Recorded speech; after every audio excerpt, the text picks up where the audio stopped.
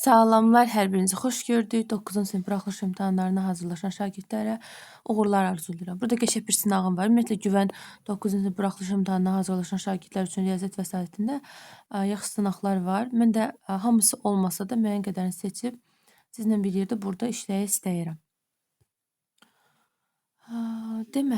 Deməli, başlayırıq ilk sualdan. Mənfi 4,3 ədədinin tam hissəsini tapın deyir bizə. Belə bir sual verib, baxaq.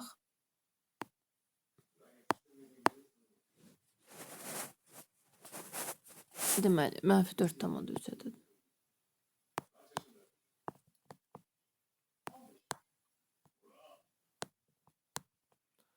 Nəsə yazmır. Mənfi 4,3 ədədinin tam hissəsini tapın deyir bizə. Bu ədədin tam hissəsini tapmaq üçün biz birinci hissədə gördüyümüz mənfi 4 ədədindən bir vahid kiçiyini yazırıq. Yazırıq mənfi 5.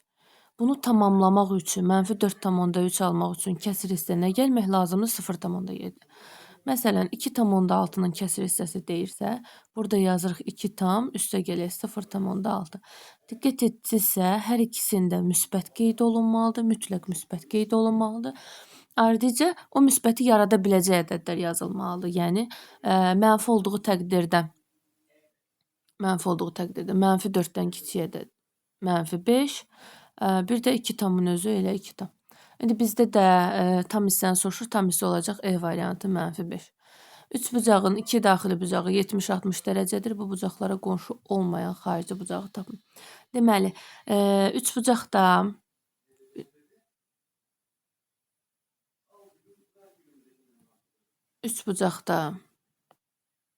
bu 3 bucaq.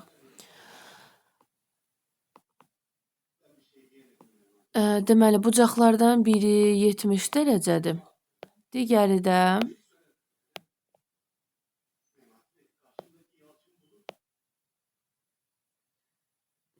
60 dərəcədir. 70 dərəcə, 60 dərəcə.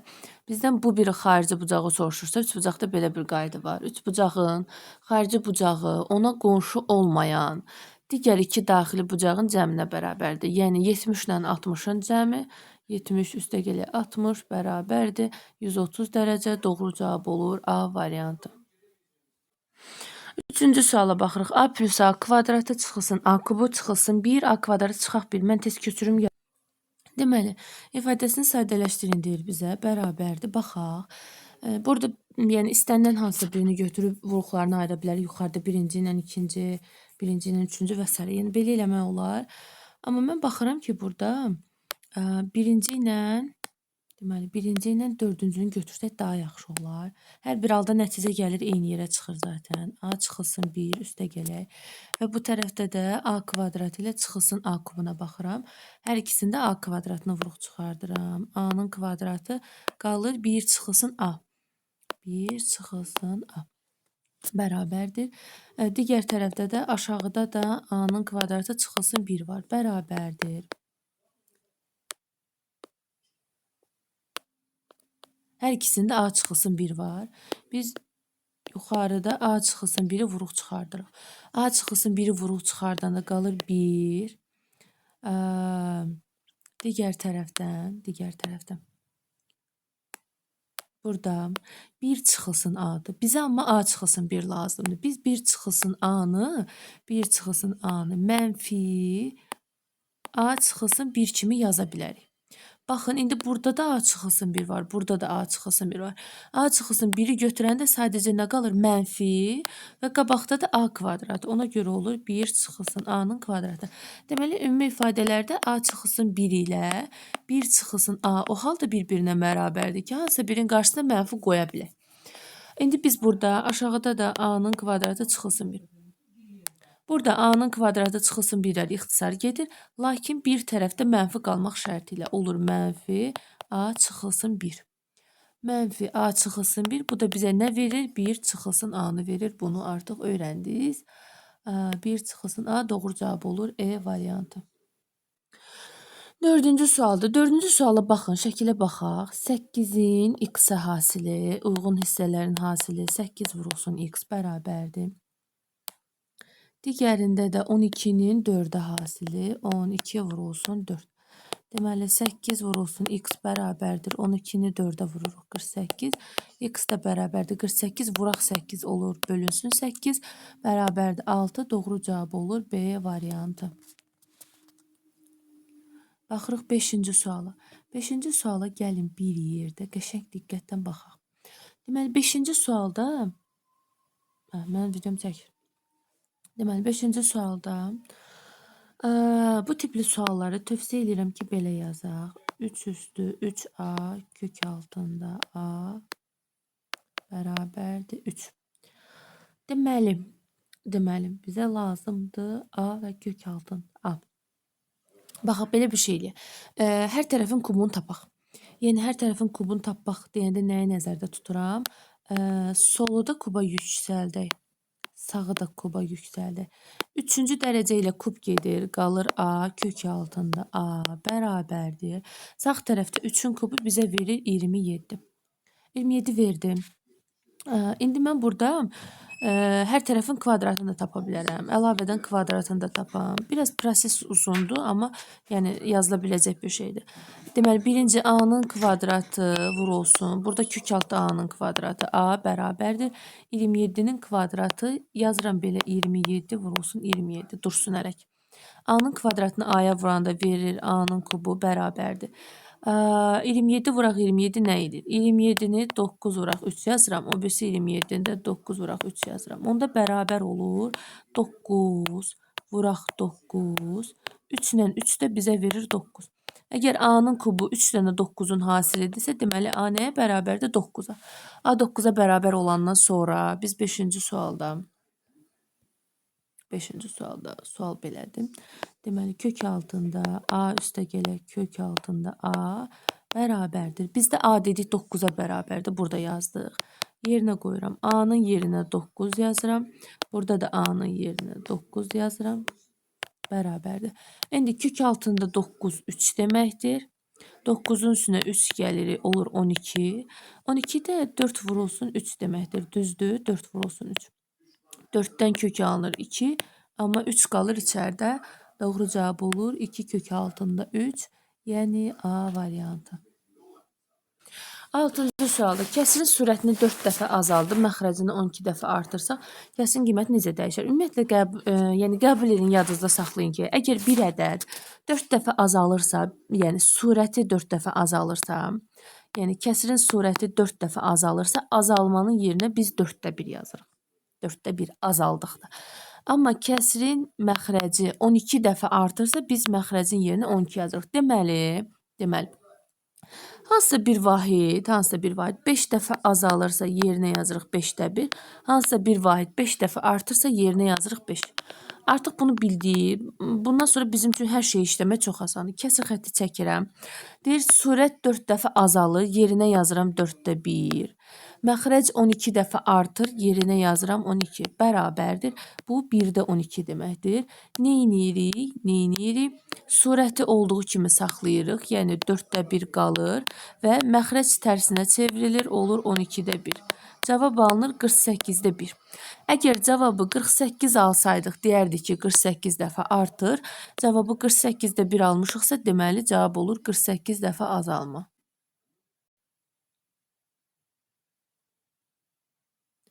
Bayaqdan izah edirəm, getmirmiş. Bir daha izah edirəm. Deməli,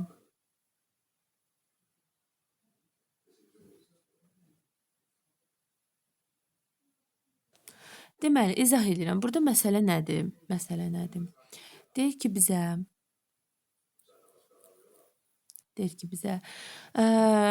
kiçik diaqonal deyir var.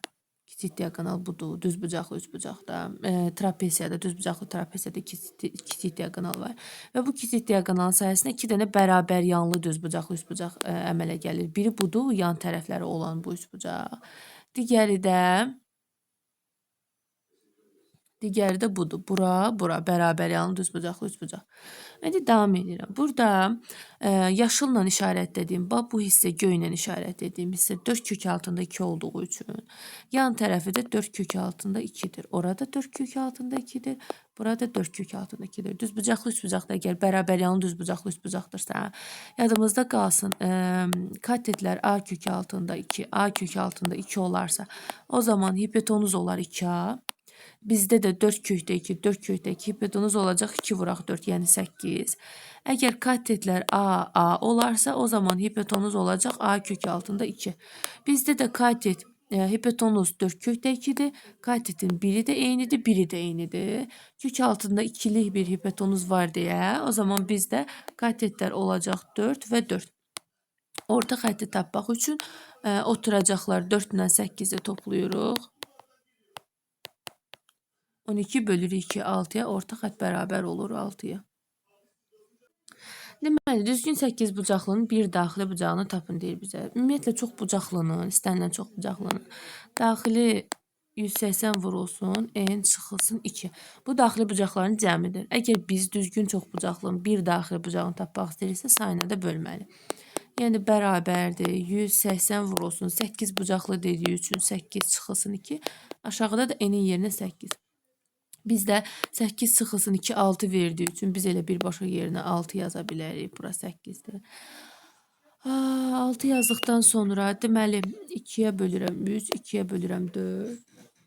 180-i 4-ə bölürəm. Deməli 4-ü 4-ə bölürəm 1, 180-i 4-ə bölürəm olur 45. 45-i də 3-ə vururam olur 135 dərəcə. Deməli düzgün 8 bucaqlının bir daxili bucağı 135 dərəcəyə bərabərdir. Baxırıq 9-cu suala. 9-cu sualda x çıx y 9-dur. X, y hasili 3-ə bərabərdir. Biz bu misalı elə rahatlıqla alt-alta bölə bilərik. Gəlin baxaq. X çıxılsın y bərabərdir 9. X, y bərabərdir 3. Alt-alta bölürəm. Yəni yazıram. X çıxılsın y bölünsün x, y bərabərdir 9 bölünsün 3. Biz burada bir dəfə x bölünsün x, y yazarıq. Yəni kəsri parçalayarıq. X bölünsün x, y çıxılsın. Bir dəfə də y bölünsün x, y yazarıq. 9-u da 3-ə böləndə bərabər olur 3. İxtisar eləsə, x-i ixtisar eləyəndə qalır yuxarıda 1, yəni 1 bölünsün y. Y-i ixtisar eləsə qalır yuxarıda 1, yəni 1 bölünsün x bərabərdir 3 olur. Bizdə bu ifadə 3-ə bərabər olduğu üçün 1 bölü x çıxılsın 1 bölü y verirdi. Bizə demişdik ki, o zaman biz bunun yerinə mənfi 1 bölü x çıxılsın 1 bölü y yaza bilərik. Bayaq dedi 3. O zaman mötərizədəki ifadə bərabər olur. Nəyə? Mənfi 3-ə doğru cavab olur. C variantı. Tərəfi 10 cm olan rombun hündürlüyü tərəfini 2 bərabər hissəyə bölüb bu rombun sahəsini tapın. Rombu çəkim gəlirəm. Deməli, bizə romb verilir. Bilirik ki, rombun bütün tərəfləri bərabərdir. Tərəfi də 10 cm-dir. Rombun hündürlüyü tərəfi 2 bərabər hissəyə bölür. 2 bərabər hissəyə bölür. Deməli, bərabərdir 5. Hündürlüyü olduğu üçün 90 dərəcədə qoymuşam burada. Və 10 və 10. Deməli, indi biz tapmalıyıq buzda hündürlüyü. Hündürlüyü tapdıqda bərabər olur. Pifaqorla tapırıq. Yəni necə tapırıq? Yazırıq. H-ın kvadratı bərabərdir. Hipotenuz 10-un kvadratı çıxılsın. O birisi katet 5-in kvadratı. 10-un kvadratı verir 100. 5-in kvadratı verir 25. Bərabər olur 75-ə. O zaman H bərabər olur kök altında 75. O da 25 vurulsun 3'dür deyə. 25-dən 5 çıxır, lakin 3 qalır içəridə. Deməli, hündürlüyü 5 kökdə 3'dür. Tərəfi də bilirik. Sahəni tapmaq üçün rombun sahəsi AH düsturu ilə tapılır. Deməli, hündürlüyü 5 kök altında 3, tərəfi də 10. Vurulduqda 5 vur 10 bərabər olur 50 kök altında 3. Doğru cavab olur E variantı. Deməli, ifadəsini bərabərsizliyin həllər çoxluğunu tapmalıyıq. Neyinirik?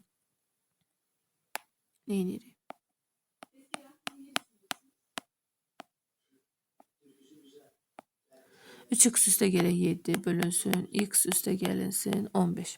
Deməli, 3x qalır, x keçir sola olur çıxma. 15 qalır. 7 keçir sağa olur. Çıxaq 7. 3x-dan x çıxırıq qalır 2x. 15-dən 7 çıxır qalır 8. X böyütür 2 vurmadı sağa keçir olur bölmə. Yəni 8 bölünsün 2. X böyütür 8-i 2-yə bölürük olur 4. Bu nə deməkdir? 4-dən böyükdür deməkdir. 4-dən böyük olanda bircə dənə B variantındadır. Digərləri -2, -4 falan belə şeylər yazılıb. 12-ci sualda bir nöqtənin digərinə nəzərən simmetrikliyindən söhbət gedir. Əgər məsələn belə bir şey deyək də, x, y nöqtəsi MAB nöqtəsinə nəzərən simmetrikdirsə, biz bunu necə tapırıq? Bir dəfə 2A çıxılsın x yazırıq, bir dəfə 2B çıxılsın y yazırıq. Deməli, bizə həmən o AB nöqtəsini tapmaq lazımdır. İndi yazıram 2A çıxılsın, 3-ü çıxırıq, 2A çıxılsın 3, bir dəfə də 2B çıxılsın 5, uyğun olaraq bərabərdir, -1, -2 nöqtəsinə bərabərdir. -1, -2 nöqtəsinə bərabərdir. Deməli, nə edirik? 2A çıxılsın 3-ü bərabər edirik -1-ə. 2A bərabər olur. -1 qalır. 3 keçir sağa olur. Üstə gələ 3. 2A bərabərdir. -1-lə 3 toplanır 2. A da bərabər olur. 2-ni 2-yə bölürük 1. Digərində 2B çıxılsın 5-i bərabər edirik -2-yə. -2-dir. Özüm yazdığım başa düşmədim. 2B bərabərdir. -2 dayanır. 5 keçir sağa olur. Üstə gələ 5. 2B bərabərdir. -2 ilə 5 verir 3. B də bərabərdir. 3-ü 2-yə bölürük. Olur 1,5. 1, 1,5 doğru cavab olur A variantı. Deməli, parabolanın təpə nöqtəsinin koordinatlarını tapın deyir bizə. Parabolanın təpə nöqtəsinin koordinatlarını tapmaq üçün bizim 2 dənə qəşəng düsturumuz var. Deməli, yazaq. X0 bərabərdir. Birinci düsturumuz -B bölünsün 2A idi. Biz təpə nöqtəsinin X0-ını tapırıq. İkinci də Y0 bərabərdir. Onu da aşağıdan yazarım. Gəlin birinci bunu tapaq. Deməli, mənfi. Buradan yazaq. A'sı 1'dir. Sonra B'si -6'dır. Və C'si 12'dir. Şimdi burada.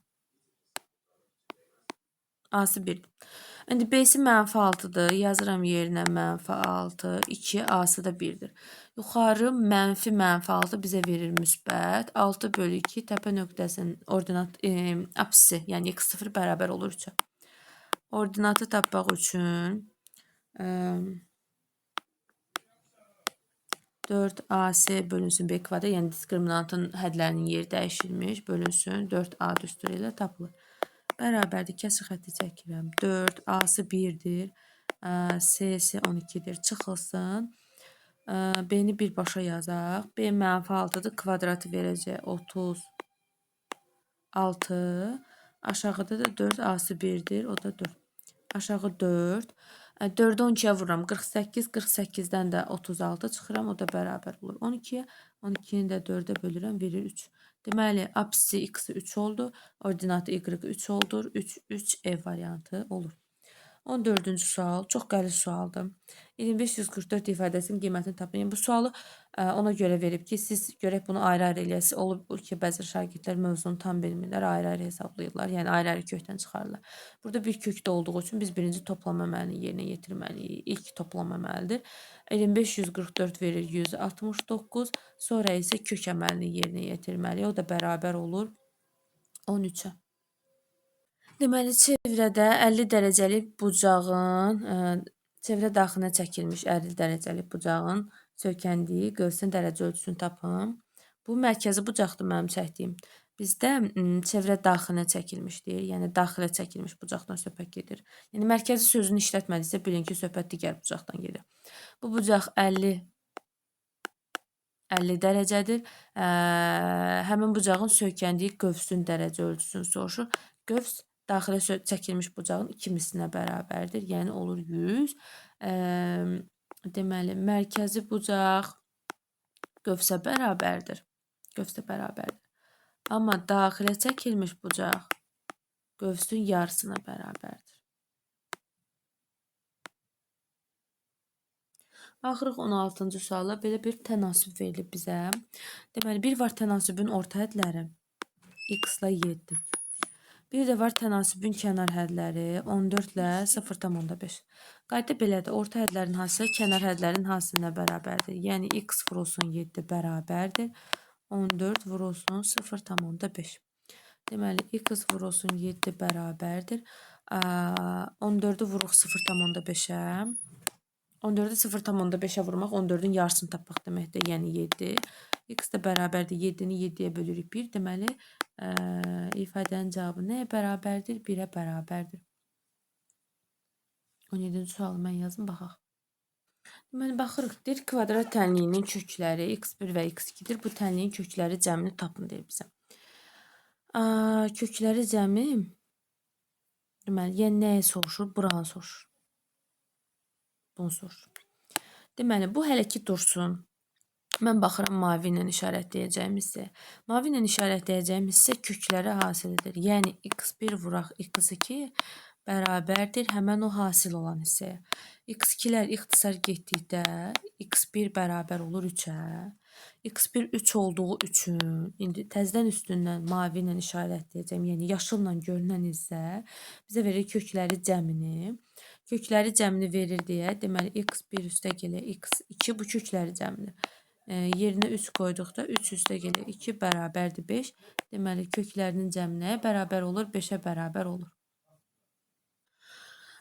Baxırıq 18-ci suala. Qonşu bucaqlardan biri digərindən 40 dərəcə böyükdür. Yəni bucaqlardan biri x-dır, o birisi bundan 40 dərəcə böyük plus 40-dır. Qonşu bucaqların cəmi təbii ki 180 dərəcədir. X ilə x toplanır. 2x üstə gələ 40 bərabərdir 180 dərəcə. 2x bərabərdir 180-dən 40 çıxırıq 140 dərəcə. X də bərabərdir 140-ı 2'yə bölürük, bərabər olur 70 dərəcəyə. Deməli, bucaqların biri 70 dərəcədir. O birisi 70 üstə gələ 40, yəni 110 dərəcədir. Bu bucaqlardan kiçiyini tapın deyir bizə. Doğru cavab olur 70 dərəcə. Baxırıq 19-cu suala. 19-cu sual deməli bu tipli sualları necə həll edirik? 3A çıxılsın 1, aşağıda A üstə gələ 1. Mən baxıram ki, aşağıdakı A həddinin yuxarıda 3 misli yazdım. Yəni bu nə deməkdir? Aşağıda A üstə gələ 1. Mən bu A üstə gələ 1-dən yuxarıda da yaratmalıyam. 3A olduğu üçün 3'ə vurmalıyam. 3'ə vurmalıyam. 3'ə vur. 3'ə vuranda, 3'ə vurulanda 3A olur 3A. Bir də 3 vurulsun 1 yaranır. İndi gəlin belə bir şey eləyək də. Açıq yazın, bax. Deməli, bax, keçir xətti çəkirəm. Aşağıda A üstə gələ 1. Yazıram 3A. Yuxarıda da 3'ü vuruq çıxardanda plus 1 qalması üçün 3 vurulsun 1 üstə gələ 3 yazıram. Deməli, burada misalın birində çıxaq 1 var. Misalın özündə çıxaq 1 var. Təzədən o verdiyim 3'ü də çıxıram. Yəni, mənə lazımdır bu hissə. Minus 1 özündə var idi. Plus 3 gəldiyim üçün minus 3 çıxıram. Deməli, bu tipdə uyğunlaşdırandan sonra, qruplaşdırandan sonra 3'ü vuruq çıxardırıq. Yaşıl hissədən, mavi hissədən qalır A plus 1. Aşağıda A plus 1, mənfi 1, mənfi 3 bizə verir 4. Biz artıq rahatlıqla ayıra bilərik. Bir dəfə 3A plus 1 bölünsün A plus 1 yazacağıq. 3A plus 1'ə A plus 1'ə böləndə qalır 3, çıxılsın 4. Bir dəfə də 4 bölünsün A plus 1 yazırıq. İndi bu natural ədəd olmalıdır. Deməli, bura olmalıdır natural ədəd. Natural ədəd olması üçün A plus 1 deməli, natural ədəd olması üçün 3 çıxılsın. Sarı ilə işarətlədiyim hissəyə 4'ün bölənlərini yazmalıyıq. Bir dəfə yazarıq 3 çıxılsın 4 bölünsün 4. 3'dən 1 çıxanda verir 2 olur natural. Bir dəfə yazarıq 3 çıxılsın 4 bölünsün 2. 3'dən 2 çıxarıq alınır 1. Buna da yazarıq natural. Bir dəfə 3 çıxılsın 4 bölünsün 1. 4'ün 1 deyə böləni də var.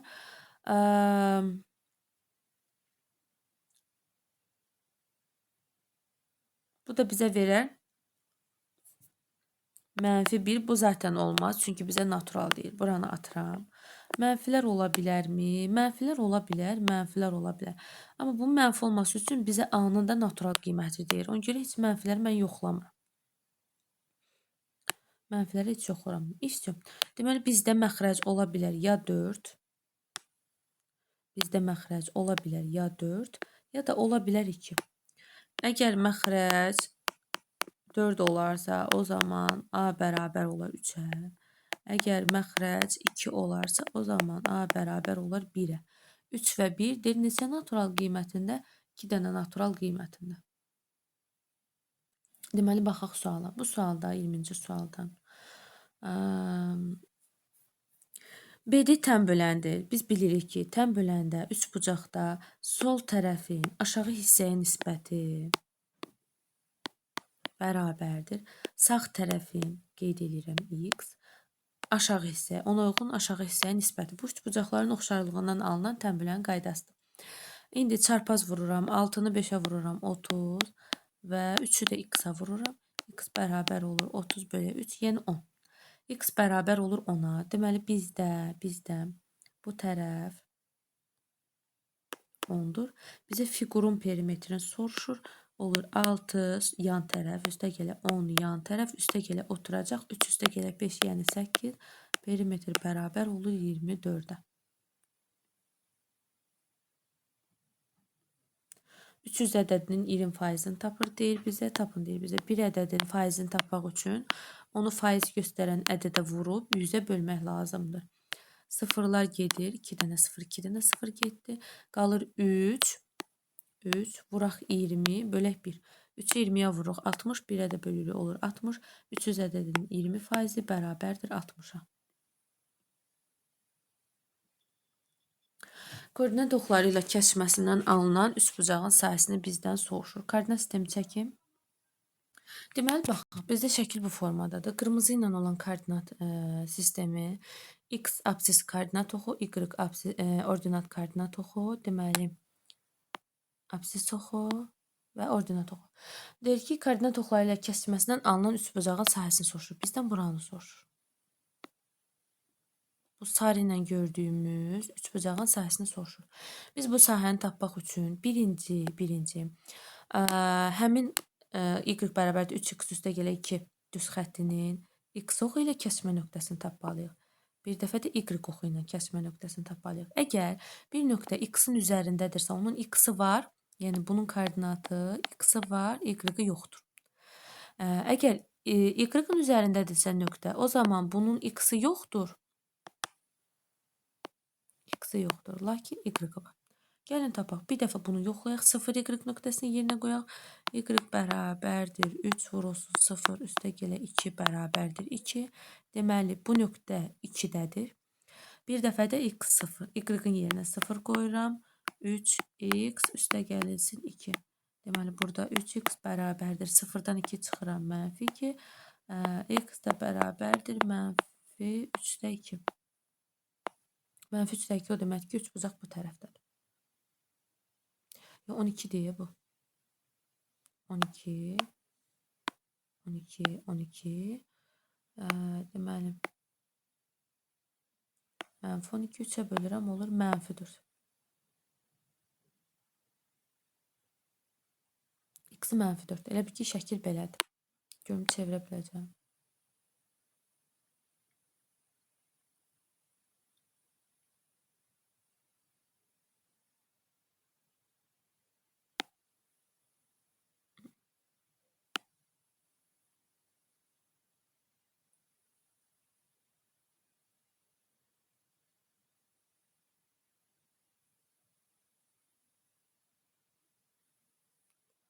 Çevrilmədi. Elə bilin ki, bax, belə bir şeydir. Belə, şəkil belədir. 12-də kəsir. Bir də mənfi 4-də kəsir. 12-də mənfi 4. Zaten artandır da, yəni bunun belə olması mümkün deyil. Funksiya artan funksiyadır. Deməli, düzbucaqlı üçbucaq bir tərəfi 4-dür. Düzbucaqlı üçbucaq bir tərəfi 12-dir. Həmin üçbucağın sahəsini soruşur. Düzbucaqlı üçbucağın sahəsini tapmaq üçün katetlərini vurub 2-yə bölmək lazımdır. 4-ü 12-yə vuruq 48, 2-yə də bölürük. Sahə bərabər olur 24-ə.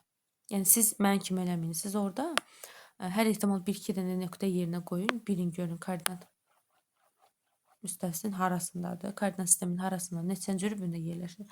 Ondan sonra sağdan şəkildə çəksək sizin üçün daha effektiv olar yüksək bal almaq. Baxırıq 23-cü sual. 23-cü sualın hər bir hissəni ayrı-ayrı eləyəcəm. Deməli yazıram 4-cü dərəcədən.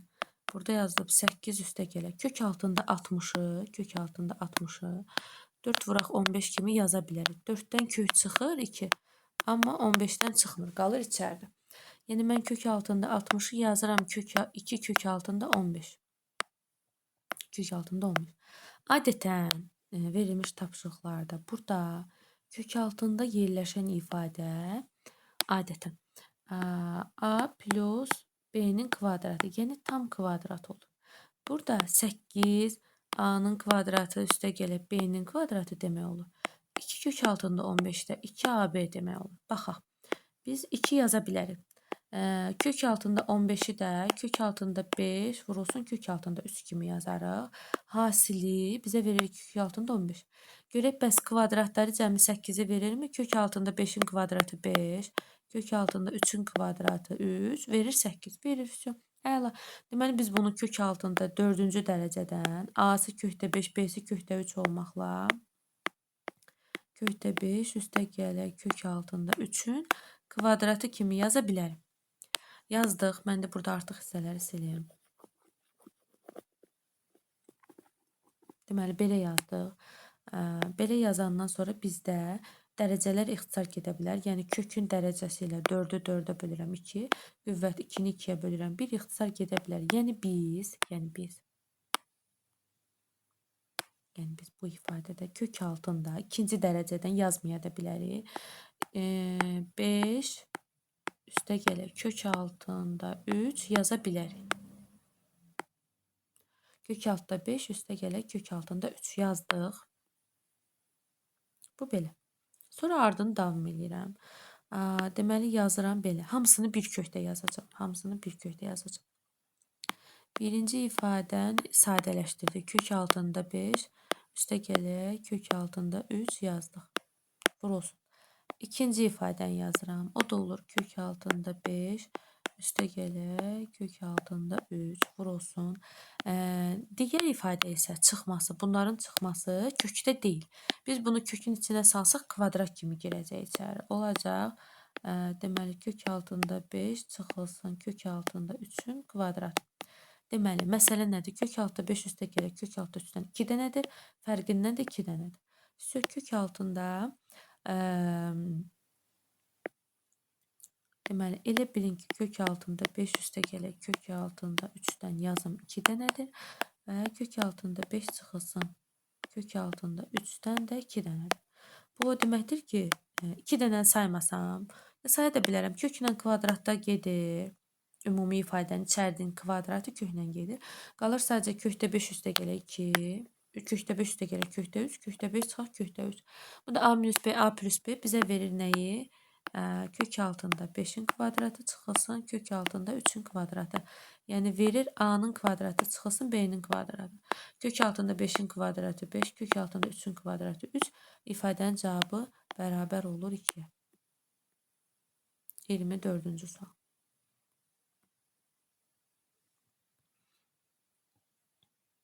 Deməli, y tənböləndir. Bura 35 dərəcədir. Digərini soruşur bizdən. Deməli, bax, mən E xəttini uzadıram. E xəttini uzadanda bucaq 35 dərəcədir deyə, bu arada 90 dərəcədir deyə, burada 90 dərəcədir. Bucaq 35 dərəcədir, həmin bucağın çarpazındakı da 35 dərəcədir. Yəni, bura içəri bərabərdir 35-ə. 35. Deməli, mənim bir dənə 3 bucağım var. Bucağın 90 dərəcədir. Bu bucağı 35-dir. Və bizdən bu bucağı soruşur. Bu bucağı tapmalıyıq. Düz bucaqlı 3 bucaqda iti bucaqların cəmi 90 dərəcəyə bərabərdir.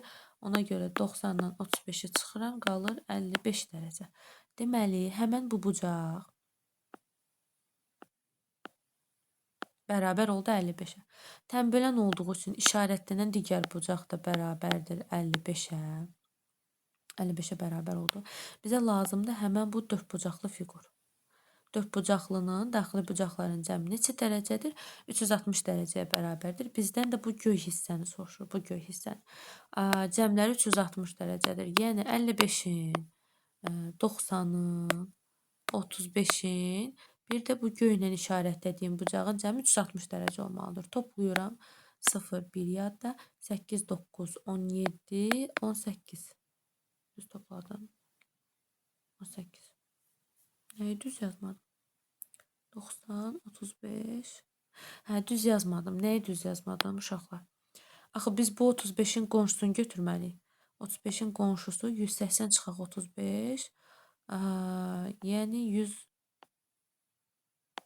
145 dərəcəni götürməliyik. Bura elə bil ki olmalıdır 145 dərəcə. 55, 35, 145. Toplayanda yenə verir 0. 9, 9, 18. Hələ bir yaddası da var. Deməli, olur bir yadda.